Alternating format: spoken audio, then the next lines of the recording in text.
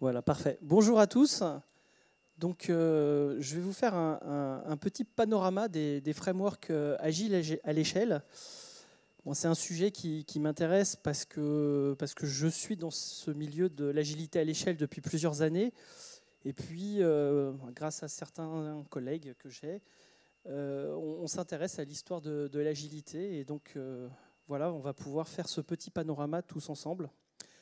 Donc Agile en scène n'aurait pas existé sans les sponsors. Donc je remercie tous les sponsors, dont un certain nombre sont des fidèles depuis plusieurs années. Donc c'est grâce à eux que cet événement a pu avoir lieu. Et donc merci à eux. Alors moi je me présente. Je suis Franck Belay. Donc je suis coach Agile. Je travaille chez Renault Digital depuis 2017. J'ai travaillé avant dans une autre entreprise qui s'appelait Thales. Je suis co-organisateur d'Agile en scène, c'est pour ça que j'ai ce t-shirt. Mais rassurez-vous, il n'y avait pas de favoritisme, hein. J'ai été dans les soumissions de sujets comme tout le monde. Voilà. Et j'ai un blog, bull.fr, et puis vous verrez les slides et les vidéos de cette conférence disponibles. Et puis vous verrez également, enfin vous voyez également les conférences que j'ai faites par le passé. J'essaie d'en faire au moins une par an sur des sujets très différents à chaque fois. Alors, avant de commencer, il faut déjà se poser la question, on parle de framework, donc framework en français c'est un cadre. Finalement, les frameworks sont-ils agiles? Donc, pour répondre à cette question, on revient aux fondamentaux, le manifeste agile. Et le framework, c'est la case processus et outils. Bon, c'est là où on parle de framework. Et je vous rappelle que dans l'agile, la partie droite, elle est importante. Donc, elle est importante, mais pour servir la partie de gauche. Donc les processus sont là pour favoriser les individus et leur interaction, et également pour faciliter la collaboration. Donc les outils et les frameworks sont au service de l'humain et de l'animation du périmètre qui nous intéresse. Donc oui, un framework est agile, c'est en plein dans le manifeste agile. Alors, depuis l'origine, les frameworks, c'était principalement des frameworks pour une seule équipe. Donc là, vous allez voir un certain nombre de frameworks qui ont pu exister par le passé. Et en fait, il y en a deux qui sont ressortis, dont on parle encore aujourd'hui. Les autres, on les évoque, mais on n'en parle plus beaucoup. Donc il y en a deux qui font, que j'appellerais la référence de l'agile. Donc Scrum, qui est très connu, et Kanban également, qui est très connu. Donc ces frameworks, ils sont une référence, mais ils ne fonctionnent que pour une seule équipe, c'est-à-dire à peu près une dizaine de personnes. Et donc on voit bien que si on veut aller à l'échelle, c'est-à-dire au-delà de 10 personnes, il faut autre chose en plus. Alors, qu'est-ce qu'on retient de ces frameworks ? Tous les termes que vous voyez là, normalement, ça devient votre quotidien quand vous baignez dans l'agile. Donc déjà, chez Scrum, on a des rôles, les Product Owners, les Scrum Masters, qui sont des rôles emblématiques. On a tous les événements, je ne vais pas les citer tous, hein, Sprint Planning & Co. Cette notion de sprint, bien entendu, le backlog, et puis j'ai mis User Story. Alors en fait, on croit que User Story vient de Scrum, en fait ça vient de Extreme Programming, mais on a oublié Extreme Programming, donc c'est pour ça que ce User Story est ramené à Scrum. Pour ce qui est de Kanban, c'est la visualisation du flux, donc la notion de flux, la notion de visualisation. Tout ce qui est limiter les encours, ne pas travailler sur 50 choses à la fois. Et surtout, stop the line, se mobiliser. Donc toute l'équipe se mobilise quand elle rencontre un gros problème, plutôt que de laisser le problème grossir. Le juste à temps est aussi une notion importante de Kanban.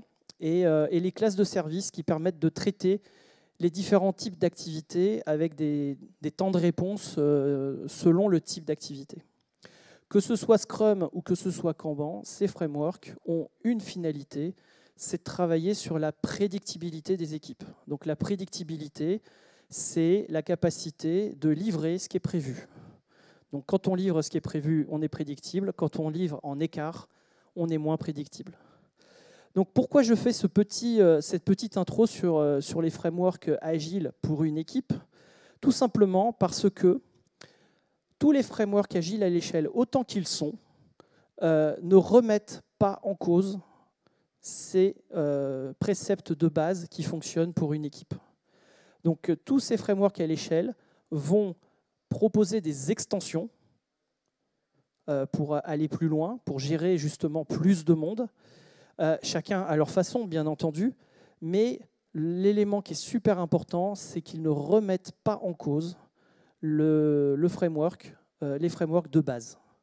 Voilà, donc ça, c'est la première partie de ma présentation.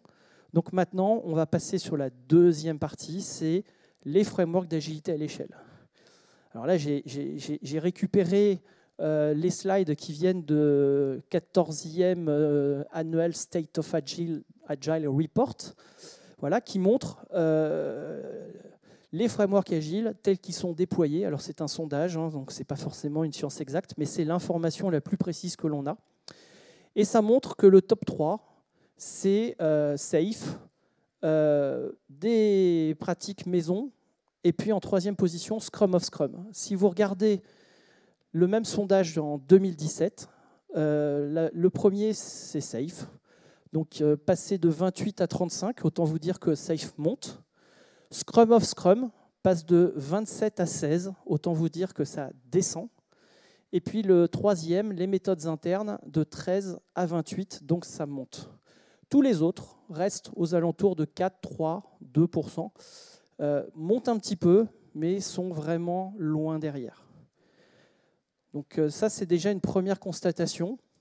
Donc moi, la question que je vous pose, et c'est le but de ma présentation, c'est qui va devenir la référence à l'échelle au même titre qu'on a notre référence au niveau équipe. Donc là, j'ai une petite intuition. On va essayer surtout d'expliquer pourquoi on a ces tendances-là. Alors, chronologie des frameworks, cette fois-ci, c'est le même tableau que tout à l'heure, mais avec les frameworks à l'échelle. Il y a une chose qui est très importante, c'est de se rendre compte que Scrum of Scrum, qui est en position 2 ou 3, c'est quelque chose qui est très ancien. Et sinon, le mouvement de l'agilité à l'échelle s'est passé entre 2011 et 2014, grosso modo. Donc pendant 3 ans, on a eu une effervescence de framework agile à l'échelle. Et depuis, plus grand-chose. Je reviendrai sur Scrum at Scale tout à l'heure, mais globalement, le combat est terminé. On n'a plus de nouveautés en termes de framework d'agile à l'échelle. Alors, les frameworks qui sont existants continuent à évoluer, bien entendu, mais il semblerait que le combat est terminé. Voilà, donc ça, c'est déjà une première constatation. Alors, SAFe, premier. Pourquoi SAFe est premier ? Pourquoi SAFe est adopté dans plus d'un tiers des situations ? Eh bien, en fait, au même titre qu'on avait eu Scrum Master dans Scrum, on a un rôle équivalent dans SAFe qui s'appelle le Release Train Engineer, qui devient un rôle du vocabulaire commun de tout le monde.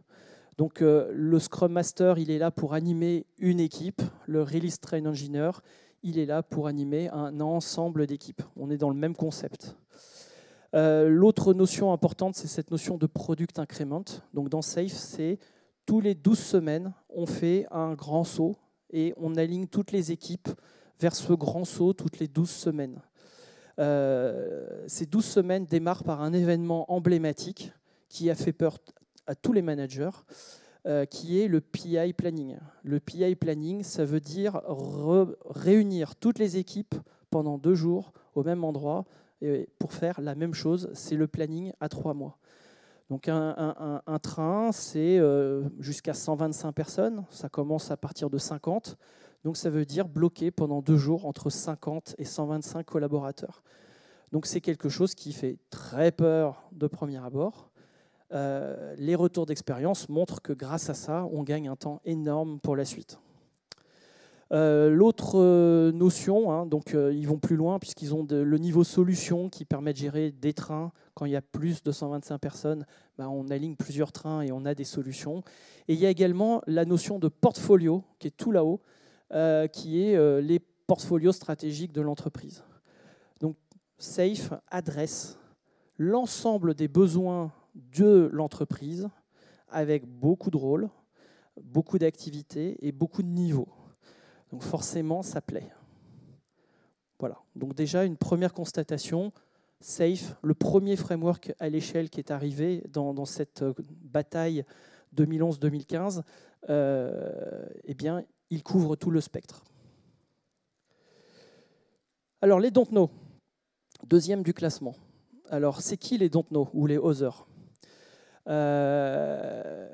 Alors, le questionnaire proposait une liste fermée, donc peut-être qu'il y a des frameworks exotiques qui ont été oubliés. Vous avez vu, on a vu un certain nombre de frameworks à 2, 3, 4%. Donc il y a peut-être une explication là-dessus. Je pense que le gros, c'est les frameworks maison dans les contextes spécifiques. Donc moi, je viens de chez Renault, donc je vais juste prendre un exemple. Renault, forcément. Chez Renault, on fait des voitures. Et à l'ingénierie, en fait, on travaille sur transformer le dessin du design en quelque chose qui est fabricable en usine. Donc il y a tout un travail autour de la conception de la voiture qui est faite. Et donc il s'avère que ce que proposait SAFe, par exemple, ne répondait pas à l'attente. Donc ils ont instancié un framework maison en divisant la voiture en 4 zones et en organisant des animations de synchronisation au sein de chacune des zones en utilisant des techniques issues de Scrum et de Kanban. Donc voilà un contexte où finalement le framework maison était plus adapté que SAFe. Après, autre élément, le SAFe-ish. On fait quelque chose qui ressemble à SAFe, mais ce n'est pas SAFe. Alors ce qu'il ne faut pas oublier, c'est que derrière SAFe, il y a tout un système de licensing. Donc en fait, on peut faire quelque chose qui ressemble, mais on dit qu'on ne fait pas du SAFe, comme ça on ne paye pas les licences. Bon, c'est aussi une technique. Alors du coup, on peut aller plus loin, on peut faire de l'agilish, quelque chose qui ressemble à de l'agile. Donc là, on s'éloigne de l'agile, mais on fait quand même un tout petit peu d'agile. Et puis finalement, probablement, il y a un certain nombre de projets qui se prétendent être agiles, alors qu'en fait, ils font du cycle en V maquillé. Et voilà. Donc le don't know, ça regroupe potentiellement toutes ces saveurs qui sortent des frameworks proposés. Alors le troisième, c'est Scrum of Scrum. Donc Scrum of Scrum, ce qui est important de savoir, c'est que c'est 1995. Donc c'est vraiment le plus ancien de tous. Et en fait, c'est un seul concept, un seul événement, une seule chose. C'est décrit dans le Scrum Guide. Alors, ça n'y est plus maintenant, je vais vous expliquer tout à l'heure pourquoi. C'est décrit dans le Scrum Guide et c'est juste l'instanciation d'une nécessité de se synchroniser entre Scrum Master quand il y a plusieurs équipes. Donc dans Scrum, on décrit le fonctionnement d'une équipe. Scrum rajoute juste la synchronisation des Scrum Masters entre plusieurs équipes, sans aller plus dans le détail. Donc finalement, c'est la base de la base d'une collaboration multi-équipe. Et pour un grand nombre de personnes, ça suffit. Alors on voit bien que la présence de Scrum of Scrum baisse. Donc le temps fait que les gens se rendent compte que juste ça, aujourd'hui, ça ne suffit plus. Et donc il faut faire des choses en plus. Et donc ils picorent dans les autres frameworks. Voilà, donc on a vu le top 3. Donc je repose la question, c'est qui va devenir la référence? J'ai une grosse intuition là quand même, puisqu'on n'a pas beaucoup de concurrents. Et puis en particulier, je tiens à vous faire un focus sur Scrum at Scale, qui est le dernier framework à l'échelle qui est arrivé. Il n'est pas dans ce graphe. Et puis Spotify, on a tellement parlé de Spotify, il n'est pas dans ce graphe. Donc c'est étonnant. Donc ce que je vous propose, c'est qu'on parle de cela maintenant, pour essayer d'expliquer pourquoi. Alors Scrum at Scale, donc Jeff Sutherland, c'est l'auteur de Scrum. Et il avait fait 3 lignes dans Scrum, et il s'est dit, ça mérite de faire de plus que 3 lignes.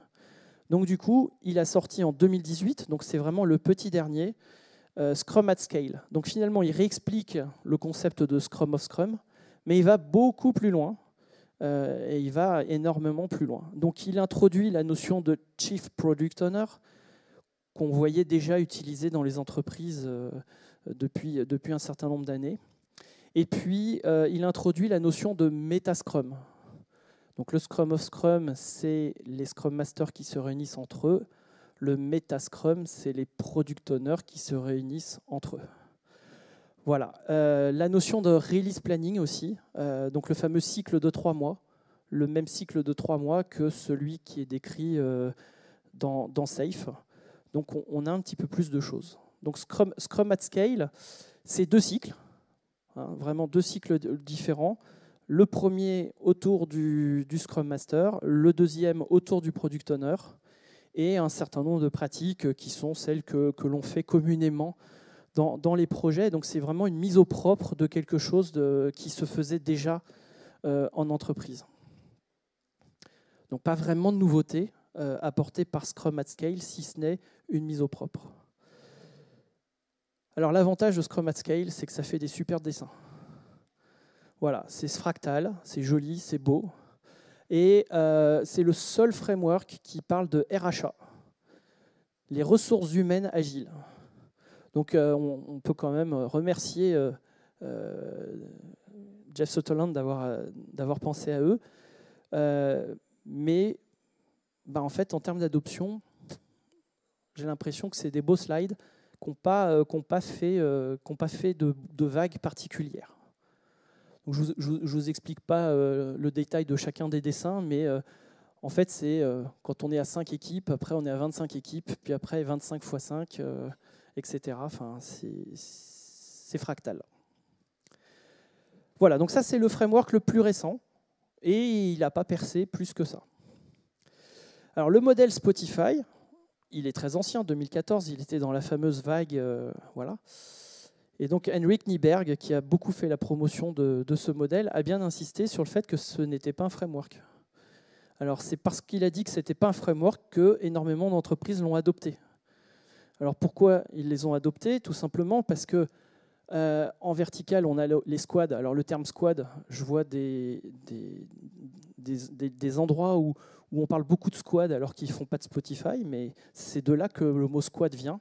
C'est les fameuses équipes agiles avec un product owner, donc quelque chose de tout à fait classique. Et horizontalement, on a cette notion de chapter. Donc chapter, c'est un ensemble de personnes qui ont le même rôle. Donc du coup, si on fait une petite extension rapide, on se dit, bah, tiens, le chapter, ça ressemble à un truc avec un chef hiérarchique. Donc du coup, on peut mettre une hiérarchie avec un chef. C'est pas dit hein, dans Spotify, c'est de l'interprétation. Hein. Et du coup, on a nos fameuses équipes agiles. Donc, subressivement, on ajoute un petit peu de management sans le dire, alors que le framework, le modèle, ne l'évoque pas du tout. Et puis, vous avez cette notion de guild. Alors, le tribe, excusez-moi, juste avant le tribe, ça ressemble un petit peu au train de SAFe. Hein. C'est un regroupement de plusieurs équipes. Et puis, le guild, c'est finalement les communautés de pratique. Donc, vous avez vu une conférence tout à l'heure de communautés de pratique. Dans Spotify, c'est la guilde. Donc en tout cas, ce framework, ce faux framework, il a beaucoup fait parler de lui. C'est vrai que ces temps-ci, on en parle un peu moins. Et surtout, Spotify ne fonctionne plus comme ça aujourd'hui. Voilà, c'est ça qui est important. LESS. Alors LESS, c'est Craig Larman qui est à l'origine de LESS. Et il a fait ça en collaboration avec Bas Vod. Donc le positionnement de LESS, c'est soyons minimalistes.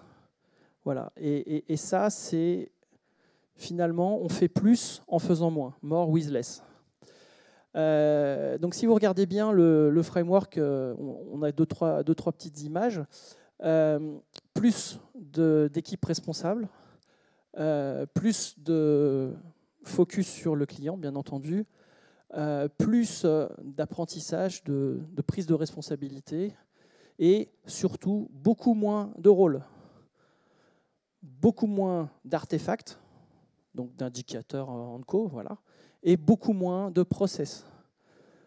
Donc c'est là où en fait dans l'entreprise, l'adoption de ce message-là est difficile à accepter parce que en fait, beaucoup moins d'activités inutiles dont on a l'habitude d'avoir dans les grandes entreprises. Donc c'est vrai que le message est un peu difficile à passer. Et si vous regardez, finalement, le framework, c'est Scrum, hein, c'est juste du Scrum, avec cette notion de coordination inter-équipe qui est rajoutée, mais il n'y a pas d'artifice supplémentaire, il n'y a pas cette notion de release que l'on voit par ailleurs. Donc c'est simple. Voilà, le but, c'est de faire simple, less et simple.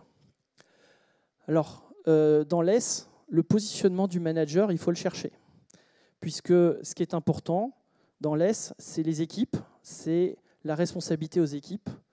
Donc là, quand vous voyez le triptyque, là-haut, c'est le product owner, l'équipe, le scrum master. Et puis, il a fallu mettre dans le coin manager, parce qu'il en fallait quand même. Donc, ils sont dans le coin, mais vraiment, ils sont minimisés. Alors, l'adoption de less est plutôt compliquée. Si on dit d'entrée de jeu que les managers sont hors jeu, c'est... voilà. Donc en tout cas, ça explique pourquoi ce framework qui part d'une idée simple, qui est faisons simple, a une adoption qui est relativement limitée, même s'il y a de très très bonnes idées. Voilà, le huge Scrum, less huge, voilà, introduit cette notion d'area, donc des zones avec des product owners APO, area product owner, qui permettent de faire une animation à l'échelle. Donc c'est un système qui est comparable au train que l'on a dans Safe, mais ils restent toujours malgré tout dans leur modèle simple. Voilà, donc ça c'était 2013. Alors Nexus, autre framework, Ken Schwaber. Donc rappel, hein, Ken Schwaber est l'un des signataires du Manifeste Agile. Nexus, en fait, déjà, ils ont une offre limitée puisque ça ne s'applique que pour 3 à 9 équipes. Donc c'est à l'échelle, mais pas à la grande échelle. Voilà, jusqu'à 9 équipes maximum. Donc ils ajoutent la notion de integration team. Donc on a 9 équipes qui développent, une équipe qui intègre. Voilà. Et l'autre notion qui est assez importante, c'est qu'il y a un seul product owner pour les 9 équipes et un seul backlog pour les 9 équipes. Donc en fait, on fait un et un seul produit et on répartit l'activité selon la disponibilité des équipes. Donc ce modèle marche probablement dans un certain nombre de contextes, mais il n'est pas adapté à tous les contextes que l'on rencontre en entreprise. Donc il répond à un use case. Donc forcément, son adoption est limitée. Alors le Lean, je ne savais pas quoi dire sur le Lean, parce que le Lean, c'est le mouvement parallèle qui existe depuis 1948 avec Taishi Ohno, qui a été relancé en 1988. Donc c'est là que le mot Lean est apparu, puisque avant c'était le Toyota Production System. Donc c'est en 1988 que le mot Lean a commencé à être là. Et en fait, on a plein de mouvements Lean qui existent. Donc c'est pour ça que je dis que c'est l'ancêtre de l'agile, qui fonctionne dans le monde industriel et qui fonctionne toujours, qui est toujours très actif, et qui a de nombreux principes, de nombreuses pratiques que l'on a repris dans l'agile. Je reprendrai toujours un livre qu'avait fait Cécile Roche il y a un certain nombre d'années, sur le petit guide Lean pour les managers. J'ai lu le livre. 80% du livre, c'est ce que je disais déjà quand je faisais de l'agile. Donc, il y avait juste le petit delta qui était les pratiques qui sont un petit peu différentes, mais les messages qui sont strictement les mêmes. Donc, on a le pool scheduling qui est une pratique. On a le value stream mapping qui est une autre pratique. Et bien entendu, il y a des dizaines d'autres pratiques autour du Lean. Donc le Lean de management, c'est un des mouvements déviés du Lean. Voilà. Et il faut savoir que dans certains nombres de contextes, le Lean est probablement plus adapté que l'agile, notamment dès qu'on a un flux à réguler. Donc un flux avec le même type d'éléments qui est à réguler. Alors, DAD, non, ce n'est pas mon père. C'est Disciplined Agile Delivery. Donc là, en fait, partant du constat que Scrum va pas assez loin, puisque vous voyez la partie construction, grosso modo, ça correspond à Scrum. Ce qu'ils disent, c'est qu'il y a un avant. Un avant, c'est-à-dire l'activité de préparation du backlog, donc toute la partie de modélisation du backlog. Donc effectivement, le backlog, il ne sort pas du chapeau, il y a bien une activité préparatoire avant. Et puis, il y a surtout une activité post. Quand on a fini son sprint, il y a tout un processus de livraison. Et comme ils sont sur le Agile Delivery, ils ont musclé un petit peu le processus de livraison. Donc vous voyez que les slides sont, en termes d'esthétique, beaucoup moins attractifs. Vous voyez également que c'était un truc qui était gratuit, qui a été racheté par le PMI en 2019, donc qui devient une offre commerciale d'une société. Donc c'est un peu logique de voir que l'adoption est automatiquement limitée de ce framework. Alors le dernier framework, sauf erreur, non, je m'en ai encore peut-être un ou deux, je ne sais plus. Enterprise Scrum. Donc Mike Bleed, c'est un chef d'entreprise, c'est un patron. C'est un patron qui pense finance. Voilà, c'est un businessman, il pense finance. Donc du coup, il a modélisé la business agility du XXIe siècle. Il a modélisé un modèle agile basé exclusivement sur des aspects financiers. Donc l'un des éléments, c'est le business model Canvas. Donc il rentre dans le détail sur la construction d'un business model. C'est très orienté finance. Et là encore, les slides ne sont pas très jolis. Donc ça explique pourquoi l'adoption est relativement limitée. Et l'Agile Portfolio Management. Alors là, je n'ai pas trouvé de framework qui s'appelle APM. Je n'ai pas trouvé. Donc ce que j'ai compris, c'est que ça doit être la pratique de gestion de portfolio qui est notamment décrit dans SAFe et qui peut être faite hors du contexte SAFe. Donc c'est gérer le portefeuille de demandes, donc des demandes orientées clients, sur lesquelles ils vont définir de la valeur pour pouvoir prioriser sur un ensemble d'équipes l'activité et gérer la centralisation de toutes les demandes dans un seul et unique entonnoir, de telle manière à ce que les équipes en dessous évitent de devoir répondre à plein de sollicitations.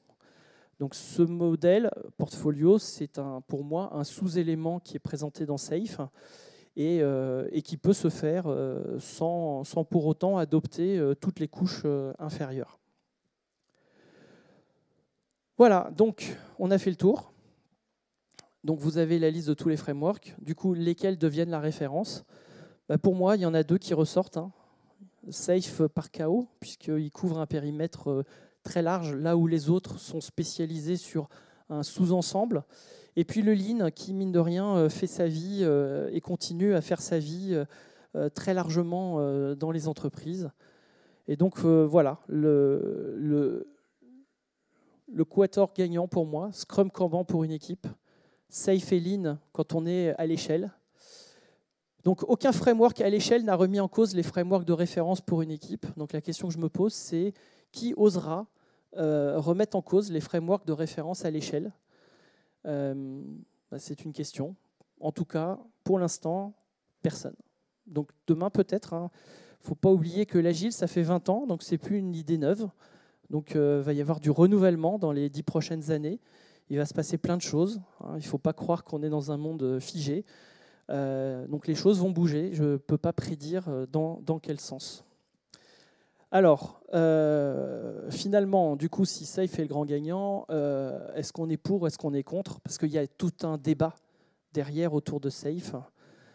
Donc, ce qui est clair pour SAFe, c'est que c'est adapté aux entreprises complexes. Ça reste un framework complexe pour des entreprises complexes, donc ça colle. Il n'y a pas de remise en cause de l'organisation, donc là encore, ça plaît. Ça adresse toutes les problématiques des entreprises, même les problématiques que les entreprises n'ont pas, donc là encore, ça plaît.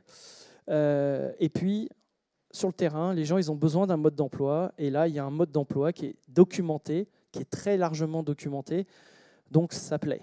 Et puis, c'est mis à jour régulièrement. Vous avez une nouvelle version qui sort tous les 6 mois. Je crois qu'on est à la 5.0 aujourd'hui. Donc, ça plaît. Alors, qu'est-ce qui ne plaît pas dans SAFe? C'est complexe, c'est normatif, et c'est vrai que l'agilité était là pour dire qu'on favorisait les interactions plus que les processus. Donc ça reste un processus complexe et lourd. C'est une machine à dollars. Il y a tout un système de licensing derrière. Il faut former les utilisateurs, il faut présenter exactement tous les slides sans en oublier un seul dans la formation. Il faut payer une licence à chaque personne pour qu'elle ait sa certification. Bon, voilà, derrière, il y a des dollars, il y a beaucoup de dollars qui entrent en jeu. Et puis, certes, il y a des idées neuves dans Safe, mais il y a aussi une réutilisation de nombreux concepts qui sont gratuits par ailleurs. Donc, ça peut déplaire à une certaine population. Et puis, c'est la palissade, mais finalement, Safe n'est pas du tout adapté dans les environnements simples. Voilà, donc c'est tout de suite, dès que ça devient complexe, que Safe répond à la demande. Donc je me pose la question, j'avais introduit avec ça tout à l'heure, les frameworks sont-ils agiles? Donc je me pose la question, Safe est-il agile? Puisqu'il y a plein d'articles qui pleuvent sur Internet en disant que Safe n'est pas agile. Donc petit rappel, c'est la partie droite du manifeste agile, donc les processus, au service des individus et leurs interactions, pour faciliter la collaboration. Donc ça répond pour moi à la définition. Donc oui, Safe est agile. Alors j'arrive à la dernière partie de ma présentation. C'est, on a vu un panorama de framework, très bien. Prenons un peu de recul et voyons ce qu'on peut tirer de cette présentation. Alors ce qui est important, c'est de se rendre compte que, quels que soient les frameworks, même s'ils ne couvrent pas tous le même périmètre, il y a quelques patterns que l'on retrouve. Et donc, du coup, je vais vous partager 3 slides de petits patterns. Donc, à l'échelle ou pas, les conditions pour démarrer, ça reste toujours les mêmes. Donc ça, c'est important à savoir. Donc, première règle, il faut que les contributeurs soient prêts à s'investir pour que la transformation soit du succès. Donc, s'il n'y a pas de volonté d'y aller, ça ne marchera pas. C'est vraiment la volonté des gens qui font que ça marche. Donc, il faut déjà déclencher cette chose. La deuxième chose qui est importante, c'est la nécessité de faire des formations agiles, bien entendu, pour bien expliquer ce que l'on veut mettre en place. Pour un certain nombre de personnes, c'est totalement extraterrestre, les principes agiles que l'on veut mettre en place avec les frameworks. Et puis, il faut aussi s'assurer que le produit n'est pas à un moment critique. Si vous êtes à la veille d'une livraison critique, les gens ne peuvent pas prendre du recul pour démarrer. Démarrer, ça prend du temps. Donc, il faut trouver le bon moment pour démarrer. Alors, les équipes doivent être accompagnées. Alors, soit par un coach agile, parce que c'est la mission du coach agile, soit par un agiliste expérimenté. Mais il faut être accompagné par quelqu'un qui a déjà vécu l'histoire. Et puis, dans le cas du coach agile, l'intervention d'un coach agile doit être légitimée.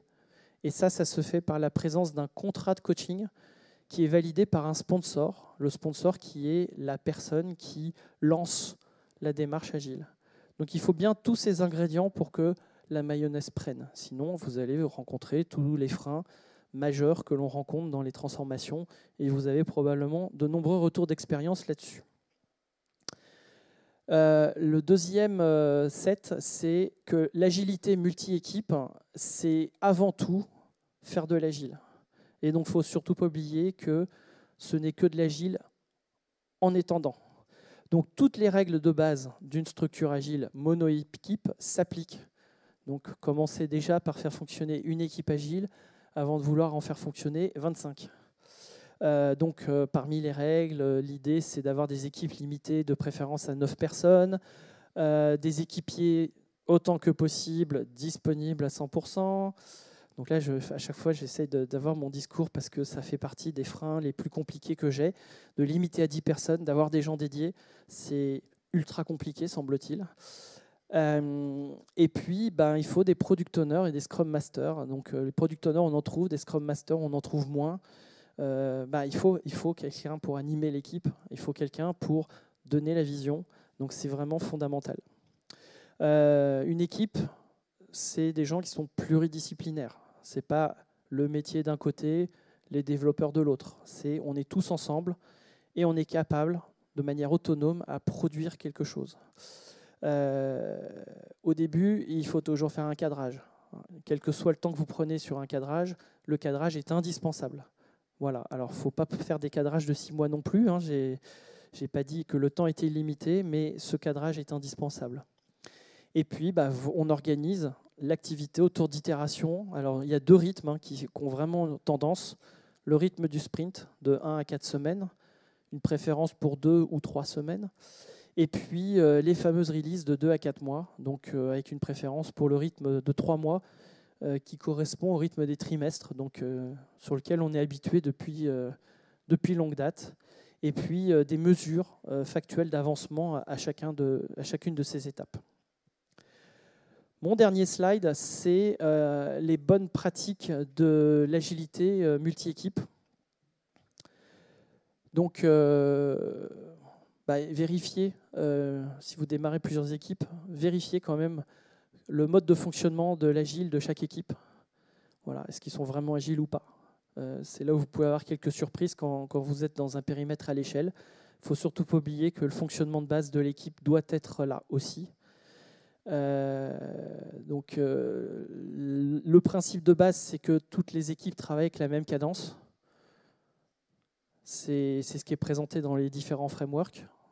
Ils sont tous d'accord là-dessus. Et puis, il faut mettre en place une synchronisation entre les équipes. Donc ça, c'est régulière. Quand je dis régulier, c'est de l'ordre de l'hebdomadaire. Les pratiques DevOps. Donc là, j'élargis un petit peu parce qu'on ne parle pas forcément exclusivement que d'informatique. Mais les pratiques DevOps, c'est l'industrialisation de la chaîne de production. Donc, industrialisation des tests, industrialisation des déploiements, entre autres. Donc ça, c'est à mettre en place au niveau du multi-équipe. Découpage des releases en à peu près 3 mois. Donc ça, c'est ce que j'avais évoqué tout à l'heure. Et puis, ne pas oublier que quand on est à l'échelle, il y a des nouveaux rôles. Et donc ces rôles, il faut bien les légitimer. Donc en termes de RH, ça sous-entend que c'est des nouveaux rôles à officialiser. Et donc, pour valoriser ces postes, il faut définir des rôles au niveau RH.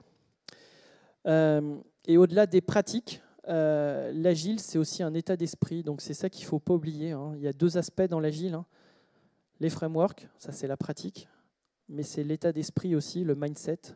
Le mindset de l'agile, c'est l'entraide, le partage, la collaboration, la transparence, et j'en passe. Et donc, il ne faut surtout pas oublier que si vous ne faites pas l'état d'esprit agile, en fait, vous faites un framework, certes, mais beaucoup moins efficace parce qu'il manque l'état d'esprit qui va bien. Voilà, j'espère que ça vous a intéressé. Alors, je vais vérifier le timing. Ouais, 38 minutes, super. Le feedback sur OT Express, je compte sur vous parce que j'ai besoin de feedback, forcément. Ça, c'est un point important. Et puis, si vous voulez revoir la vidéo ou accéder aux slides, ils seront diffusés dans quelques jours sur mon blog, bull.fr. Et donc, je vous remercie et donc, je suis ouvert à toutes vos questions.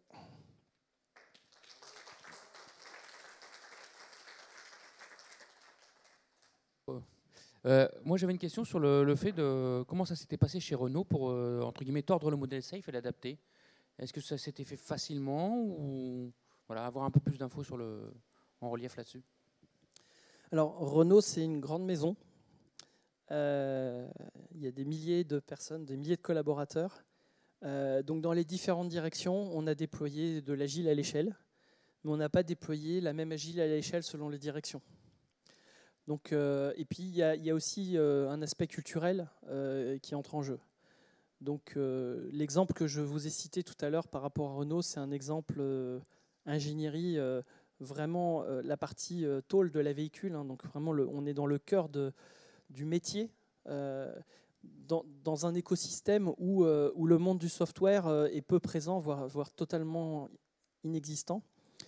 Donc ils sont partis d'une base totalement vierge et on a apporté une réponse à leurs attentes par rapport à leur situation.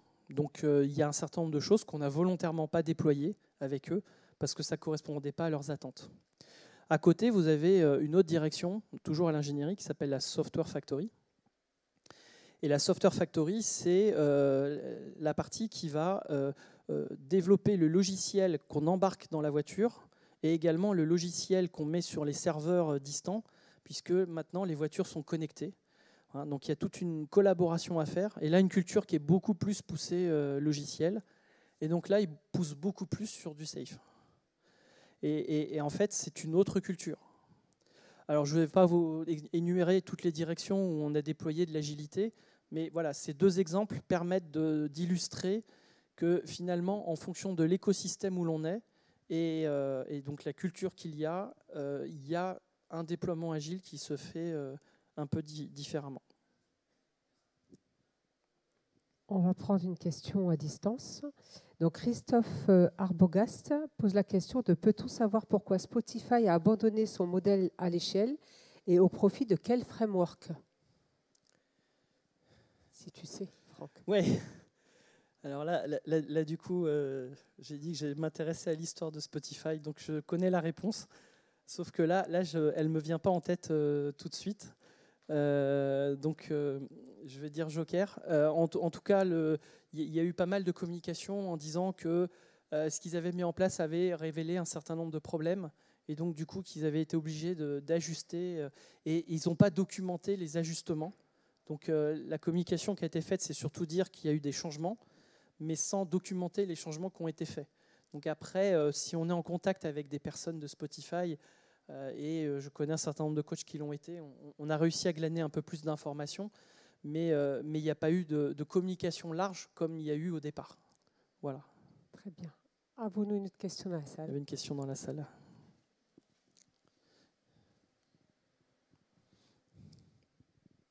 Bonjour, merci beaucoup pour la présentation. Donc, vous nous avez expliqué que pour Renault, par exemple, les cadres existants n'étaient pas adaptés à la manière de développer les véhicules. Est-ce que c'est un cadre maison que vous avez normalisé afin de pouvoir être adapté à l'agilité au développement des véhicules, ou c'est juste une mentalité que vous essayez de partager à vos équipes? Alors, je reviens sur un des slides que j'ai dit tout à l'heure, c'est les gens ont besoin d'un truc écrit. Donc, ce qui s'est passé, donc on a fait du test and learn. Hein. Il y a eu un travail avec des coachs et avec les gens des directions qui ont été faits. Et on a testé sur un premier véhicule des pratiques en identifiant laquelle serait la plus adaptée, lesquelles seraient les plus adaptées sans en mettre trop d'un coup.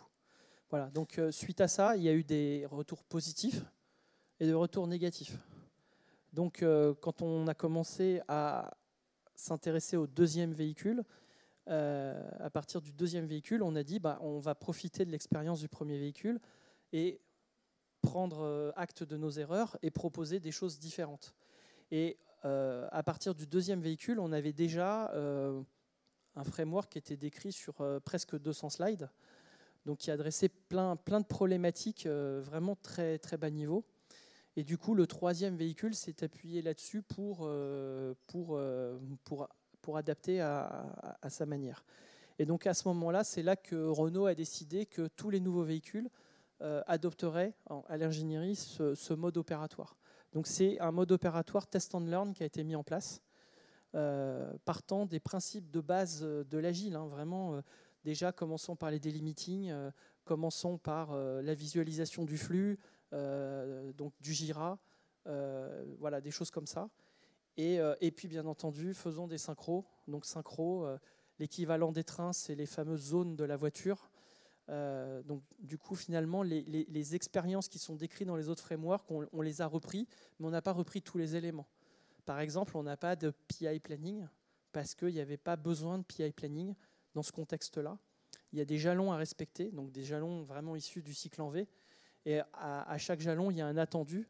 Et en fait, quelle que soit la voiture que tu fais, l'attendu, c'est toujours le même. Il faut avoir traité... Voilà, c'est juste le design de la voiture qui change, mais une voiture, c'est toujours un moteur, des roues, un volant, enfin... Et puis surtout des normes à respecter. Voilà. Merci. Merci beaucoup. On arrive à la fin de la session. Je pense qu'on peut encore une fois applaudir Franck pour cette belle présentation. Merci et un petit coucou à ceux qui sont en ligne. Et je copie-colle le chat en ligne. Et si tu voudras bien répondre à quelques questions très pertinentes Eh sur les bien, réseaux sociaux. Parfait. Merci beaucoup. Sur mon blog, j'en parlerai. Voilà. Ça marche. Merci. Au revoir. Bon appétit pour ceux qui sont là.